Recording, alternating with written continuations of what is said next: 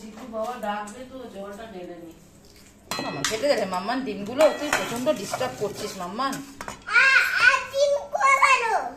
ছাড়াচ্ছি। এই আমগুলো আমি জলে দিয়ে রেখেছি। একটা বুঝে গেছি, এই সরু আম দুটোই আছে, ইয়ের আম আছে মানিকের।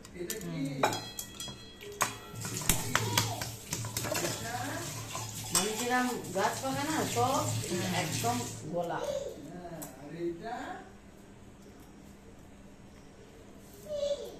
এইটা